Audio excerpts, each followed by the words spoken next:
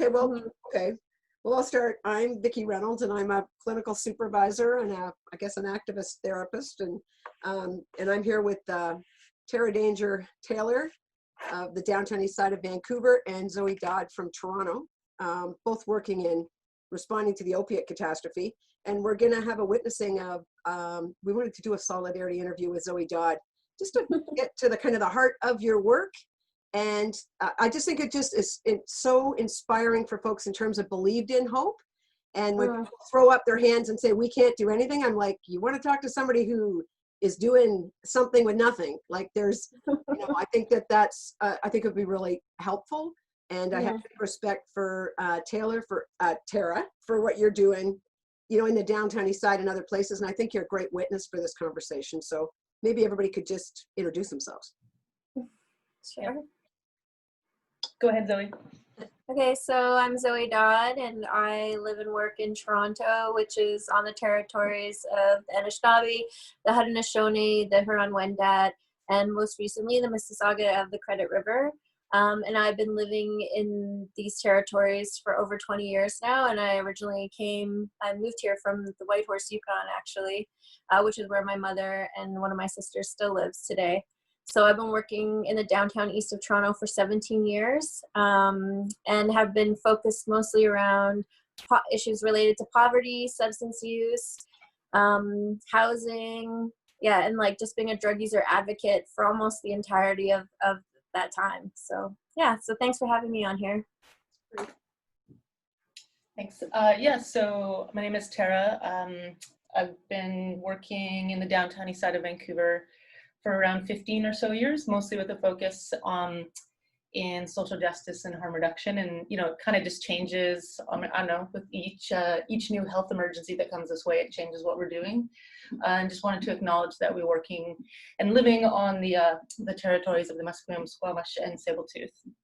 Yeah, and I'm excited to have this conversation. So thank you for the invite. Thanks.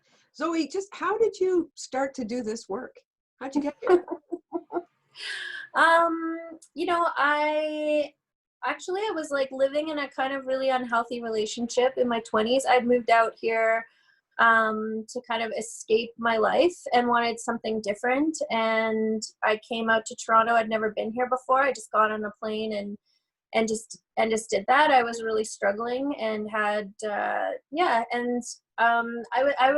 play music. I used to play music a lot. I was in punk bands and I don't know. My friend was going to school and she said, do you want to go to school? And that's something I always wanted to do. It just wasn't felt like it was in my journey. So when she decided she was going, I was like, yeah, I think community worker, that sounds cool. I went with her for 1 year. They had student placements. I knew I wanted to work in the community. There's issues around homelessness, poverty, using drugs are things that I've grown up with and understood from a personal experience. So the opportunity to get a student placement, I took it. And then while I was there, they liked me so much. I really wanted to do their Hep C program. So when I started working there, I started working with people with hepatitis C, and I just could not believe that people with Hep C were excluded from getting treatment for Hep C because they use drugs.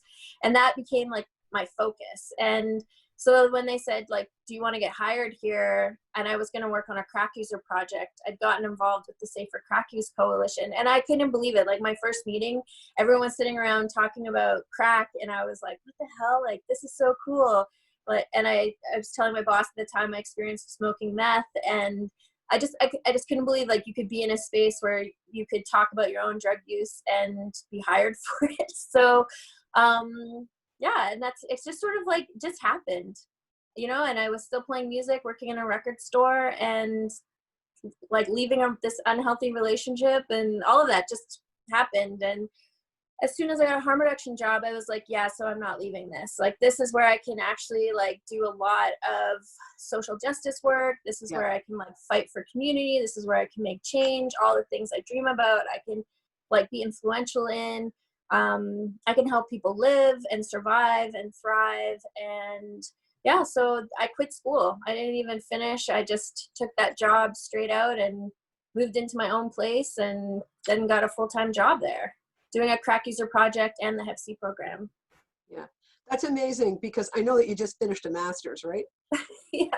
Yeah, I did. Like, that is like, when I was young, I was like, in my family, the most academically inclined. But, if you don't have family members that like talk to you about university or understand university, or you go to schools that don't talk to you because they don't expect you to go to university, then you miss out on secondary education. And so that was something I always wanted to do when I was younger, but it wasn't like going to be part of my journey. It wasn't something that was attainable for me. I had to survive as a teenager. So, I decided 2 years ago I was supposed to be having a break from work and applied to do a master's right after Rafi Balian died. And then I ended up doing my master's and working full time and helping run the illegal injection site at Moss Park at the same time instead.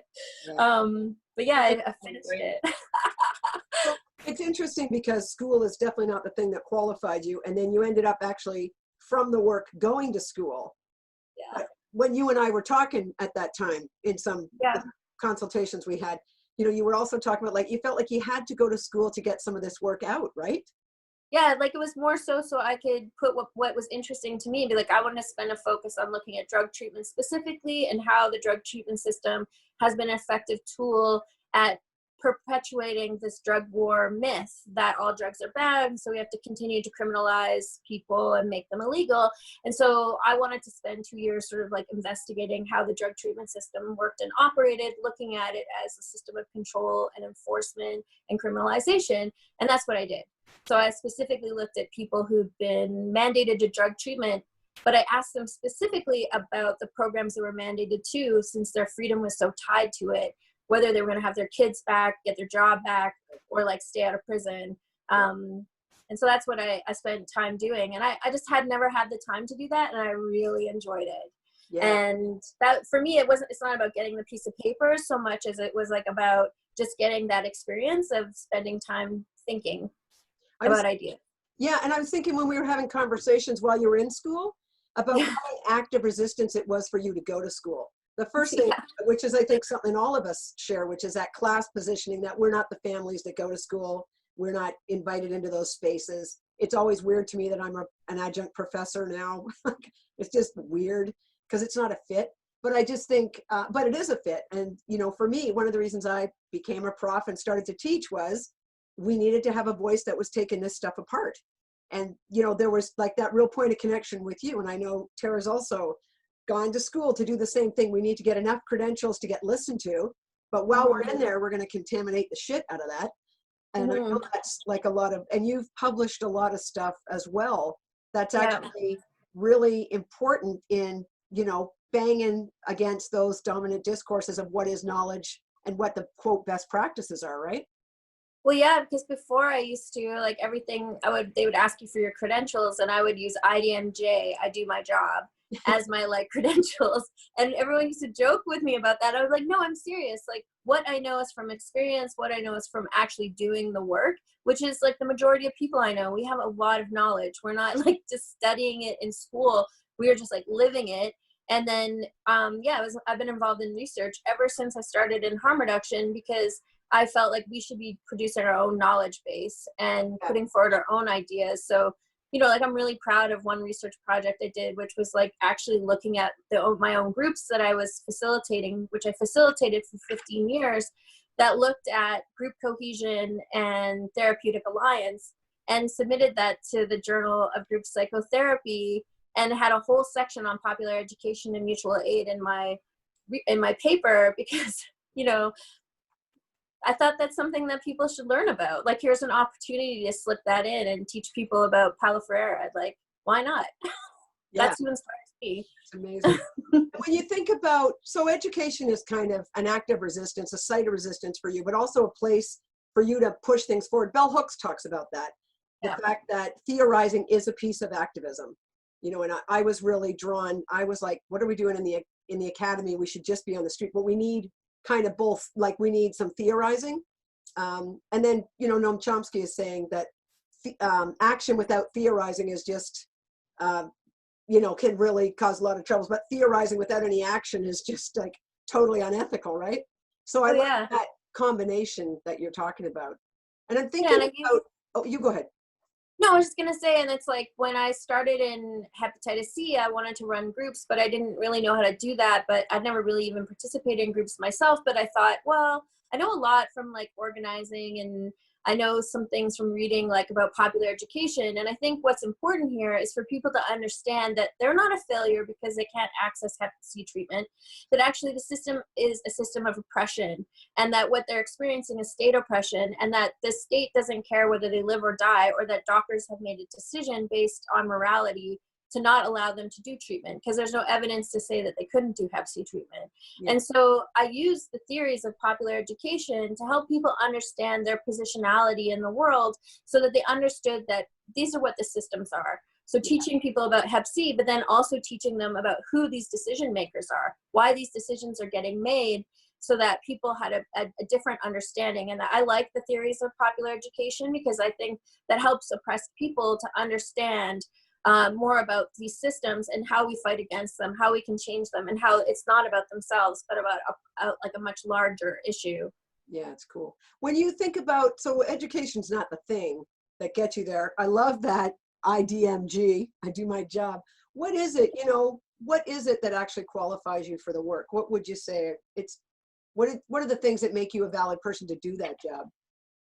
I think experience of not everybody has experience that does harm reduction work in terms of using drugs. But I do think that's helpful.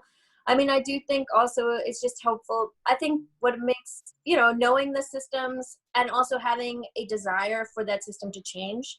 I think majority of people I know in harm reduction aren't just in it. So it's like, we want to reduce the transmission of HIV and hep C. No, actually we want the drug war to end. Yeah. And that is like the political ideology that a lot of people hold who are doing harm reduction work. And that's what makes you a good worker, it's that belief that the systems that we work in and the jobs that we have can actually be oppressive and that they actually shouldn't even exist. And in order for them not to exist, we as workers have to work against the system to change it. So I believe in this theory by John Holloway, who's a socialist, which is a theory called working within, against, and beyond. So you're working within it, you're working beyond it, and you're working against it. And I always apply that to the work I'm doing. And I think anybody who's doing this kind of work should be applying that too. So, and that's in everything, fighting for access for other workers, for equal wages, to wanting to end the drug war and change drug policy. And that's why I always do advocacy in all the work I do. It's not just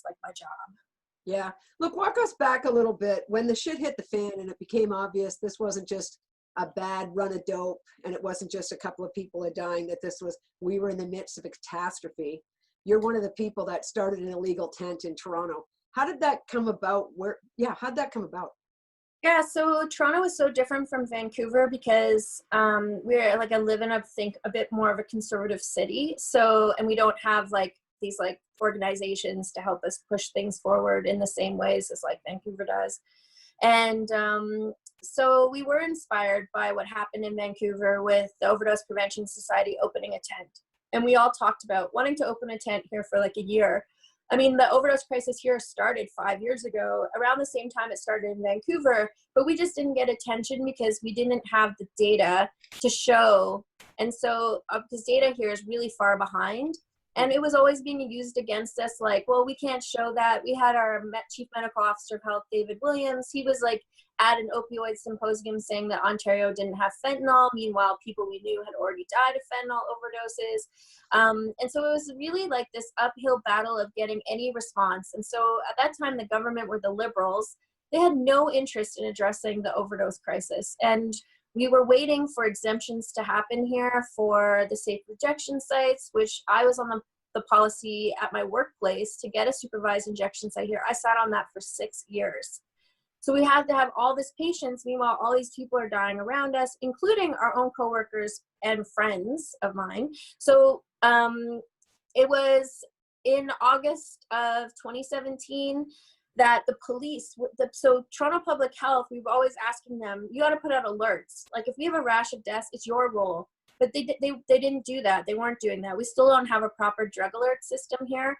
So the police put out this bulletin in August 2017 at the beginning of the month and said, all these people died over the weekend. And then the mayor called for this meeting with frontline workers, but he only called for a meeting between EMS and fire and paramedics, and not us on the ground, who've been saying for years, we have a crisis. It's just like BC. It's just like Vancouver.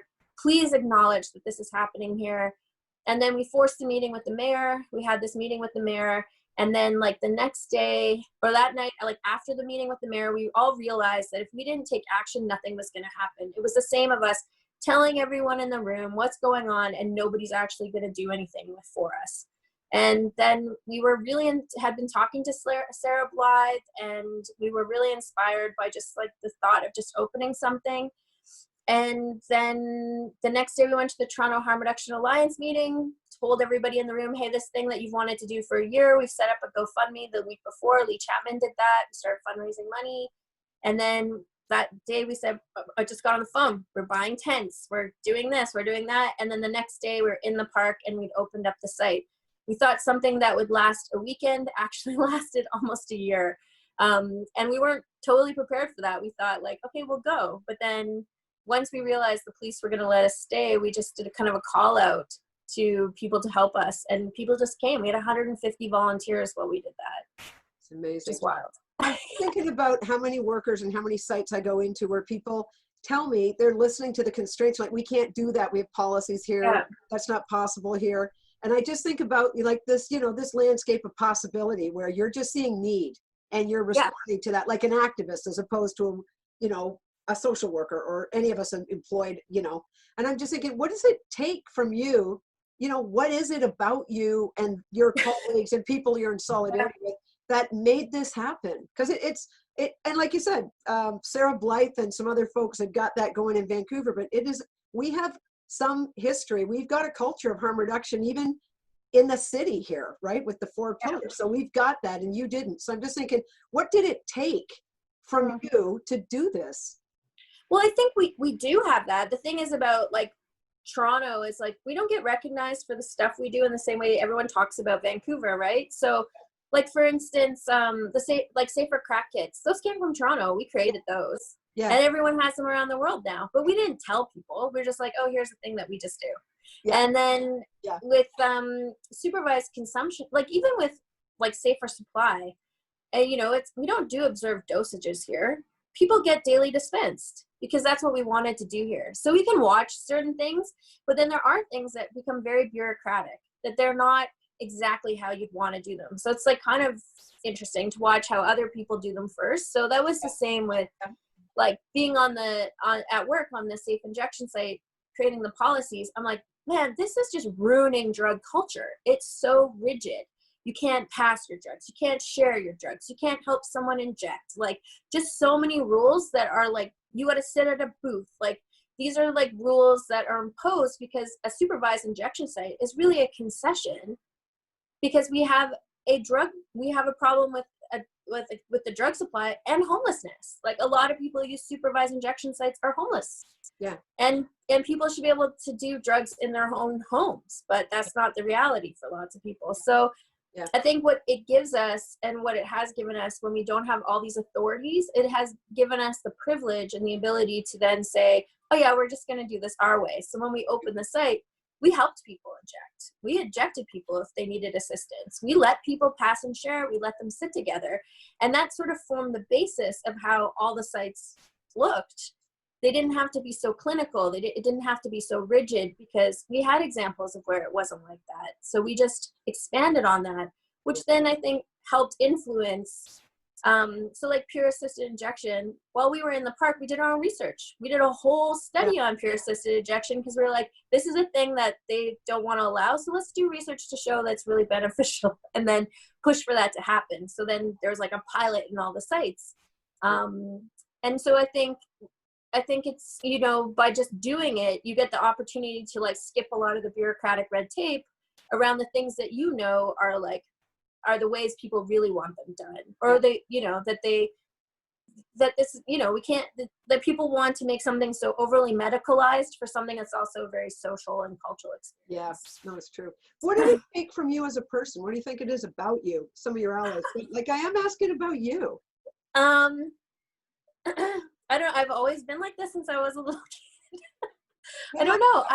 If and I like see what? like something that feels like an injustice, I've like always, and honestly, I spent like a lot of my 20s like incredibly depressed, like just like this cannot be the world that we live in, and I just want to contribute to changing it, and like how do I do that? And I would read a lot, and I was like really struggling in poverty, and then getting into harm reduction kind of gave me that platform to like help change things. Like, I helped create a hepatitis C program. I met a doctor, I introduced him to other people. He trained all these other doctors. We brought hepatitis C into primary care in 2006. And now like hepatitis C is in primary care more and more. It should have spread further, but just seeing that there's solutions to problems, and like, that's what I want to be a part of. And as personally, just how I've been since I was really small and continue to be. And Yeah. I don't know, like, yeah, it's weird. I don't know. It's really hard to I can't talk help it. about, but I think no one taught you how to do this. And then on another level, social activism has always, cultures of resistance have always been teaching us how to do this, right? When you talk Yeah. about popular education, like we're on the shoulders of like communities of struggle, right? So I'm just thinking it's really interesting when you talk about, being depressed for a whole bunch of time. I'm wondering about, the acts of resistance in that. Like, are you oppressed or are you depressed? Yeah. I remember like actually you having a conversation about that. You came here and did a workshop about that, and I went to see a new doctor, and immediately she wanted to put me on antidepressants, and I said to her, it's not depression, it's oppression. And she laughed at me, and I was like, no, I'm serious. Like, I don't want to try that right now, because I'm just dealing with so much that I recognize the feelings I have and how I'm feeling is really related to the situation of what's occurring. And though I'm not like opposed to people doing that, that's just not what I'm interested in right at this moment. But it really was really helpful in framing that. Yeah. But your whole life you've been a fighter, like and not just about fights, but about, like, it seems what you're saying is you've had to address things you think are wrong, that where you think people are being oppressed. Like that's, Yeah. Where did that come from? Who taught you that? No, I think I taught myself a lot when I was younger, because in my family I wasn't allowed to speak up about certain things. Okay. And so like even Yeah. when when I was younger, my family broke down, and my mom moved us to the Yukon in a midnight move. Then she had like these horrible oppressive boyfriends who instead of just listening to them, I would fight with them. And my siblings would get really mad, like, can you stop fighting with them? I was like, no, I can't, because it's just wrong. How they treat us, how we're being treated is just wrong, and I can't stop. And I couldn't stop. And so, you end up getting kicked out of the house because of that, or like so many things. But I stayed true to myself, and I still, like, today would do the same thing again, like just like fought, because I felt like because I was being oppressed. And so I think then also punk, like I was really involved in music and just listening to like anarcho-punk as a kid, but really inspired by that. And it's actually, and I also had this uncle when I was younger who unfortunately died when I was 15, who talked to me like an adult, and he would tell me about all sorts of stuff. Like, he was in Berlin when the wall came down. Like, he would like talk, he was in the poll tax riots in England, and so he would just talk to me about stuff, and I'd be like, oh wow, really? That's so cool. Just like read things, look things up, and think, yeah, that's the kind of world I want to live in. Like, I have like a revolutionary spirit. I have this radical spirit that just doesn't believe in living in a system that is so authoritarian and capitalistic and selfish. And yeah, I think I've always believed that since I was very small. Like, I never wanted to move to Ontario because I was scared of acid rain. And like, and when we moved to the Yukon, I got involved in like organizing around against wolf kills, because they would shoot wolves from aerial planes. And I would go to these leadership conferences in Alaska as a youth to talk about wolf kills. I just thought it was so wrong, because at school, when they dissected a wolf in front of us in our science class, and I watched this kid put his hand into the wolf and pull out the heart, lift it in the air, and I was like crying, like, this is so wrong. Like, why are they shooting wolves from planes? But yeah. I can't help it. It's in me. You can't help it, it's in me. I'm just wondering, would it be okay if we just, I wanted to ask Tara about anything she's heard here, reflecting or connecting on. Is that Yeah, sure. That's great. Tara, what are you connecting with? What are you thinking? Points of connection? And there's so many connections between both of you and your work. Yeah, there is for sure. I don't know. I kind of was in the moment. Just was listening to a lot of it. I tried to take some notes to make sure I could reflect back to it, and like a couple of things that pop up for me where I'm finding points of connection is you named like August 2017 as being as a time, and that was around a time I was thinking of stepping out of the work. I was pretty close to stepping out of the work, and then I drove across Canada with some stakes. We were trying to get to Parliament because we we're trying to demand a conversation with our Prime Minister and talk about it. I grew up in the harm reduction and activism of Vancouver, so I actually had no idea that the rest of Canada was so fucked. You know what I mean? And we drove across Canada, and I connected with a ton of communities that were trying to fight the opiate epidemic that was happening and had no support or no help. And it made me angry. It made me stay in the work. So that was a big time for me, was August 2017, and definitely we hit up the park when we were there for a bit, that was I think day 6 or 7 of across Canada, and we had a couple more days to go, and so that definitely stood out. And listening to you talk a bit about that there. A question that kind of popped up for me a couple times that we can either get into it or come back to it. Like Vikki had asked you what got you in the work, why you do the work and stuff. I don't know. I think something that I would like to know is what keeps you in the work. Like I think about how hard it must be, and then you're like doing school. Like there's like, other than you talking about that you've always had the fight. What is it about this fight that's kept you in it? Other than the fact that we're losing all of our friends and coworkers, and we know that it's just as easy as stopping the drug war. So that's something I wouldn't mind hearing a bit more about. I think those are kind of some of the points that stood out for me in that conversation. I was thinking about qualifications, and your work, Tara. We just yesterday we had connected about how, you came to this work feeling, quote, kind of unqualified because you didn't have any paper behind you. You had a lifetime of work, right? I'm just thinking about that. Like for me, there were huge connections. Can you speak to that? About how you got in this? How I got in it? Yeah, because it's always an amazing road. I don't know. I just couldn't imagine not being in it. Like I lived in Vancouver. I mean, I still do. I was living in Strathcona, and what I'd seen was like blocks and blocks of the downtown east side. And then in the short time I was seeing gentrification, like all the things. I couldn't not do the work. But I definitely psyched myself out and didn't get into the work. Instead, I worked with Vikki at Peak House in the kitchen because I had a lot of kitchen work. To get the experience of what it is to work in frontline, and then did frontline at a couple soup kitchens, and then just kind of quickly made my way through that and back and then into the front lines.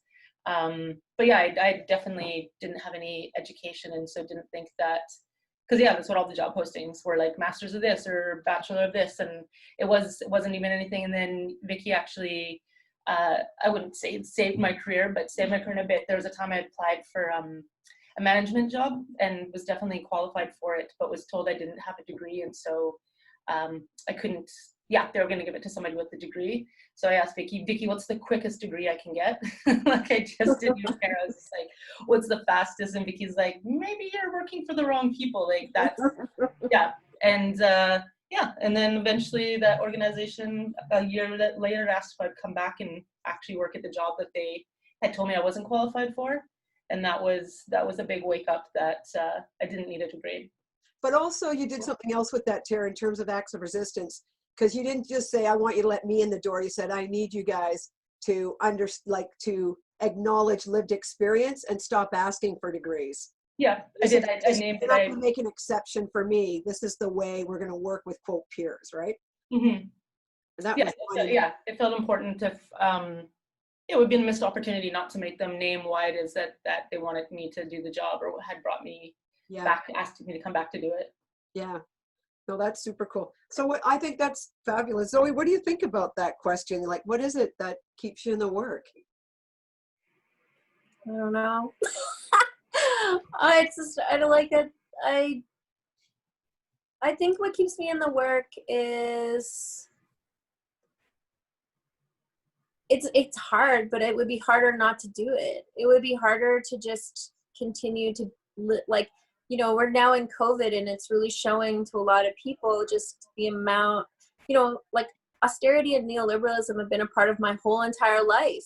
Yeah. That's since the 80s. Cuts have been a part of our lives, and the destruction of the social fabric and the end to social housing, and because all these things, and like so many people around me and myself have struggled, and I just am not accepting that of those terms, that is just like what we have to live in. I don't believe it. I don't believe people should believe it. And I always have believed that people have power, and that those people who are the most like oppressed by these systems have the ability and the power to rise up against those systems or change those systems or whatever it is. And so I think harm reduction to me isn't just, it's very political work. And I'm just like, I can't stop, because there is so much that is so oppressive that I personally just want to stay in it and keep doing it. I'm not burnt out. No. I've never been burnt out. I get really burnt out by the system, and I go into dark periods of grief and loss and mourning. But that also becomes a fuel to keep fighting. And part of that fuel comes also from spite. So if I feel really spiteful about something, that is like an energy I hone, and I'm like, I'm targeting that, and I won't lie about it. I get very spiteful. I'm like, oh man, I'm going for this. You know, I felt spiteful about academics, like just stealing our knowledge, like just coming in and being like, we're just taking this. We never had to experience this. We never worked frontline. Some of them have never even talked to a human, because they're doing like quantitative research. They don't even talk to people. And that made me feel spiteful and made me want to go to school. So I could be like, yeah, I want to do that too. But like, I'm going to show you how to, yeah, I shouldn't have had to get a degree to do that, but I also didn't have to do an undergrad, so I like feel good about that. But yeah, spite is a funny one. Anger, but spite's a funny word. I wonder about a just anger. It's maybe just anger. Like, there definitely is anger. It's probably more anger than it is spite, to be honest, because I do find that anger is like a really good fuel that I harness. So if I am angry, like, I can feel completely burnt out, and just like, even today, I didn't really want to do the interview today, because on Sunday I lost 2 friends, and then on Monday I didn't go to work. I couldn't even move from my bed. And then the next day, or like, well, Monday morning, I went to help stop evictions with other workers and allies and people in encampments. Then I went back to bed, and then I could not get up. And I just laid there and mourned for the loss of my colleague that I was, you know, close to for 17 years. But then the next day, it's like, I got to go back. I have stuff to do. I have an outreach shift to go fulfill. I have obligations, and I'm going to just carry these people with me. And so that also, that honoring of people's deaths is also that fuel that this shit has to end. And so I take that with me. Like, this is not just me. It's like with all of them. And there's a lot of them. Yeah. So yeah, that's probably what keeps me in it. It's interesting you use the word spite, but I wonder the way you talked about it, about people stealing knowledge. It's about appropriation. And I'm wondering if the thing you're calling knowledge extractors. 100%. I'm wondering if what you're calling spite might be better understood as a resistance against knowledge extraction and appropriation, right? Yeah, it's knowledge extraction, it's appropriation, it's researching people to death. It's, you know, it's like making everything a pilot project. There's no, they might critically theorize about, you know, people on the streets and watch them like a petri dish, but then they're not critically theorizing about the academic institutions and how they're building their careers off the backs of marginalized people. And they're taking money that they're not even saying like, oh, we shouldn't take this money should actually go to this project. Like, way back in like I can't remember when this project started, but we didn't have any money for overdose prevention for naloxone programs here. So we were bringing naloxone in ourselves from the US, and we were distributing it illegally. We probably distributed like 10 to 20,000 vials of naloxone, and we were training people on overdose prevention. Meanwhile, this doctor got a huge grant for millions to do a project looking at overdose education and naloxone. And it was like, why does he get $1.5 million to do this project and we get $0? And you know, that continued. Pharmacists get $10 for each kit they give out, $25 for each training, and we got $0. and that's the kind of stuff where I'm like, that's where researchers and academics, they have a responsibility to say, we recognize communities aren't getting this money. We shouldn't be taking this money. If anything we could do is maybe help support them and do like an evaluation of their project would be better research. Just give us that fucking money. So it's interesting because two profs that were on my PhD committee, Sally St. George and Dan Wolf, all their work is about research happens with people in the moment. Research is not in the lab or academia, but you're doing living research. Like we're figuring it out. I just know when Tara was running, I think the biggest social housing project in British Columbia when this hit. And when they first figured out, they created their own protocols for what do you do when two people go down at the same time. That didn't come out of a lab or a university or anything. Oh. That came out of frontline workers and peers and people's like friends figuring out how to do that, right? Like all the research. I like that idea that like research is something moment to moment we're doing with people. Like that is valid research, right? Yeah, and coming from the people who are saying, hey, this would be beneficial and helpful. You know, there's a lot of research projects where, you know, that one that came out of Vancouver from the BC Center of Excellence, where they're studying people on their money that they get. So when they get their checks. Yeah. And so it's like, who cares? Yeah. You know, people just need more money, actually. And maybe you don't need a giant research project to show that that this small amount of money, when you're poor, you're just going to blow that money. And it's going to be at the beginning of the month, and you're not going to have any for the rest of the month because you never have any money. I think about a bunch of academics that are situated like me, who got invited by Calgary and the government in Alberta to, quote, research the overdose prevention site so they could close it. And they knew exactly what they were getting their check for, to give validity and add their degree to saying it's okay to close this and murder people, right? Yeah. You got to kind of take it all on. I'm wondering what you're making of any of this, Tara, because I know you're in the same struggles.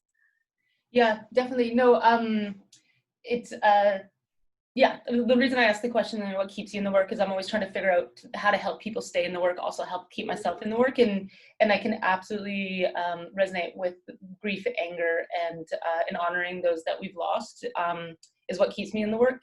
Also, what keeps me in the work and doing it at the pace and the level that I do is the privilege of being able to work in Vancouver and being able to push each envelope. Like being in Vancouver, I was able to help start up like the world's first safe supply vending machine, right? Because no one's gonna say no, or if they say no, we'll just move it into a different building. Like there's just so many ways that we get to like push back.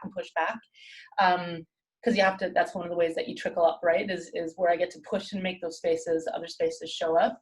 And then part of my frustration also in the work that I've always done is just the over-researching of the downtown east side and just how many careers were made off the backs of people dying and how much money that could have actually got us maybe not into the problem that we're into now with so much homelessness, if we would have put some of that money into what actually would fix the problem as opposed to researching the problem, right? And it's so weird the way that paths happen right now. I'm a part of 3 major research projects because I just said it was bullshit that they weren't involving peers. So with some folks at the BC Center of Substance Use, we've been able to do what's called overdose peer research assistance. So the only way to get people on doing research and getting voices is they have to pass an ethics exam. But to pass the ethics exam, you have to have access to a computer and the 12 hours it takes to study and understand the language. So we broke down the ethics exam and turned it into like a 6-week workshop that is now recognized by 3 universities. And so what we're trying to say is you can't do research in the downtown east side unless you have a budget line for research assistants who are like from community. So start changing the conversations that we're having with research, because research isn't going away. So I just want to disrupt it. I want to tear it down. And I'm not the one that's going to tear it down. It's the folks that, you know, in the communities that we work with. So I like to hear, you know, that obviously it's not the first time someone's trying to tear down research. And so just that act of resistance across everywhere is it's nice to connect to. I love that. One of the things I wanted to do was just revisit one of your lovely public rants. One of the things I talk about with a lot of workers I'm trying to shoulder up in this is about the difference between anger and a just anger, and also rage and the need to out our rage. Yeah. And also the idea that that you have to have the right witnesses you have to be heard. And I just thought this one clip is beautiful because you get heard by all your witnesses and so unheard. You have to work really hard not to hear Zoey Dodd on a rant. You got to be kind of special to find a way to have that not land. So I just maybe you could set up what we're gonna just listen to. Maybe we should do research on that. What's that? We should get money to do research on that, how people are able to choose not to hear the words. Yeah, how is that possible? Yeah. I don't know, I would love it. I wish they would tell the truth, but yeah, I was gonna say one thing about the research disrupting. I love that research assistants, because we also, like, there's a lot of research assistants here with people lived experience, but nothing as concrete as like 3 universities like recognize that. And like I do think that we should be involved in knowledge production and also make sure that it is like going to be beneficial for what we think would be beneficial. And so I think that's great. So I could just add on that, you know, Linda Tahuai Smith, who's Maori, wrote a Aww. Arresting drug users, putting them in jail where they overdose and die. We have people ODing and dying in our jails who want naloxone inside. We need drug users not to go to prison. We need them not to be arrested and to get conditions that don't allow them in the services that they need to keep going to. That is why we need the criminalization. And I'm sorry you're not brave enough and that you actually agree with the conservative government who was here yesterday saying that we don't have the supports to follow a Portugal model. Are you kidding me? We actually have so many supports in this country that we could support people if you actually help them. But it feels really, really bleak right now. Well, you're hopeful. Well, the rest of us are watching our communities be decimated, and we're supposed to sit here politely and take it. Well, I'm sorry, we can't take it anymore when we have to go home to our communities and they're fucking dead. So I would say to you that get some bravery and do something that's actually going to be a policy that will help us, because right now it feels like we're never going to see an end in sight, and you can't send someone to treatment if they are dead. And so the toxic supply is killing people. We need people to get access to those drugs right away. We need a Good Samaritan Act that actually works. We need police to stop following people, and we need them to stop arresting people for consuming drugs. And no, you are not shitty if you use drugs. And no, you're not a horrible person if you decide to stay on them, because you guys probably drink alcohol, but your alcohol isn't poisoned and killing you like it was when we had prohibition. So I'd say when you leave here, actually implement some policy which won't kill people, because we cannot continue as business as usual, and we don't want your stigma campaigns, because the stigma is criminalization. You're angry enough to let you should be furious, and so should other people in this room who have lost so many people, because my heart has never been so broken, and I haven't lived with this much grief in my entire life, but I've always known overdose, and I've always known someone who's died, but I've never experienced the kind of carnage that's happening in this country. And this symposium pisses me off, because this is not a dialogue when you want to continue to do the same things. It's not business as usual. So get a grip. And we can't walk together if we're dead.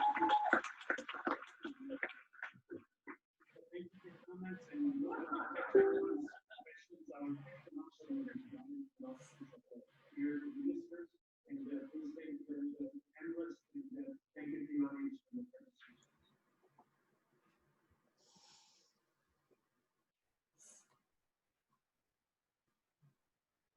I'm just so moved by every time I hear you do that. I am just so moved by it. And I really like to show the end of that clip to just show the massive wall of silence. I can't imagine how hard you have to work to not understand that. Yeah, it's that feels really emotional watching that. Like I have watched it many times, but you know, this in the last 3 months we've had 1,033 calls to EMS for overdoses and 25 deaths last month, and they're like people we know. And that's the highest in years, right? This is the highest since September 2017 for 1 month in Toronto, and that's just like what EMS recorded, so it could be much higher. Yeah. And it just, yeah, like they ask us to be in these spaces, but they don't actually want to listen to us or implement what they know will work. Yeah. And so we just get invited to these things, and then you're supposed to sit there politely and take it in and follow their rules and follow the way they want it to be done. But there's no willingness to actually come to the place where we want to be at. And so, I often wonder, why the fuck are we even there? And also it is structural violence. We're experiencing violence when we're in those places. And people laughed at the end. And I think they laughed because they were really uncomfortable, like seeing someone get so angry. Yep. Possibly people laugh when they're uncomfortable, but well, when they're laughter means a lot of things. I also think they know that they are tied to that and they're culpable. They're culpable, and they laugh because they want to make light of something that made them feel really bad. Well, they should feel really bad. They should feel more than really bad. Like, they're fucking responsible for the deaths of thousands of people and the continued incarceration and oppression of people for what people put in their bodies. What did it take for you to do that, to speak up there? That was a contentious space. That wasn't, you created a space, you weren't given a space. Like, no. They had all these controls to not have it be a dialogue. What did it take from you to do this? Anger. And just listening, like feeling like, fuck this, like for 2 days, like just anger. I was sitting next to the Assistant Deputy Minister of Health. She was sitting right next to me, and I just knew, like, you want to close something that thousands of people depend on, like, fuck you.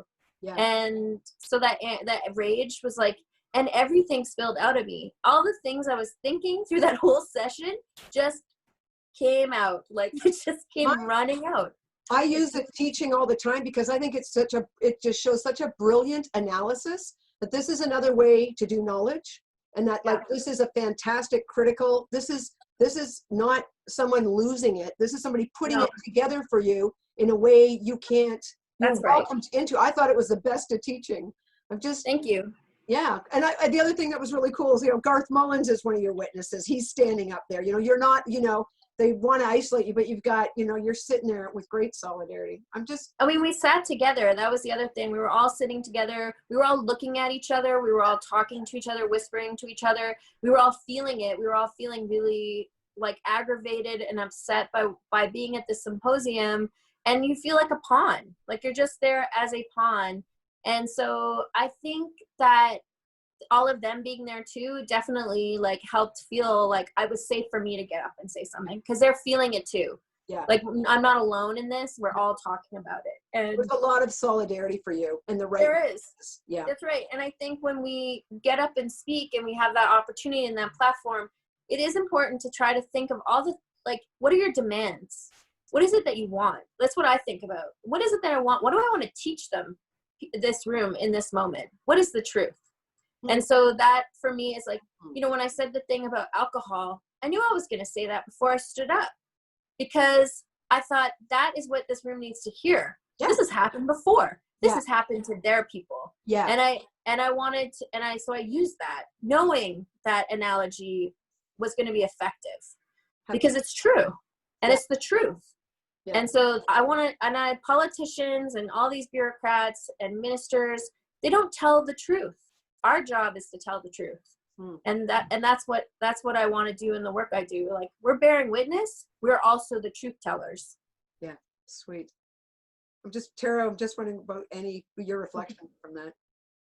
Yeah, I hadn't seen that since the last time when you and I did a workshop together. It feels so real still, right? Like, it was kind of hard to watch, because I feel like I've probably normalized what I've seen over the last 4 or 5 years, and I can't even believe that we're right back where we were. Like, it almost feels a disservice to everybody that we've lost. But it's up to, like, so it was hard to watch that, because I think, just like kind of reflecting what Zoe was saying, Vancouver and other places are experiencing similar, not to the same level of a spike, and numbers reflective of what it was years ago. Something that I connect to, though, in listening to you speak about it is, if ever I'm asked to speak at anything, or if I choose to speak at things, I only bleed my trauma and my grief if there's a teaching moment or a call to action.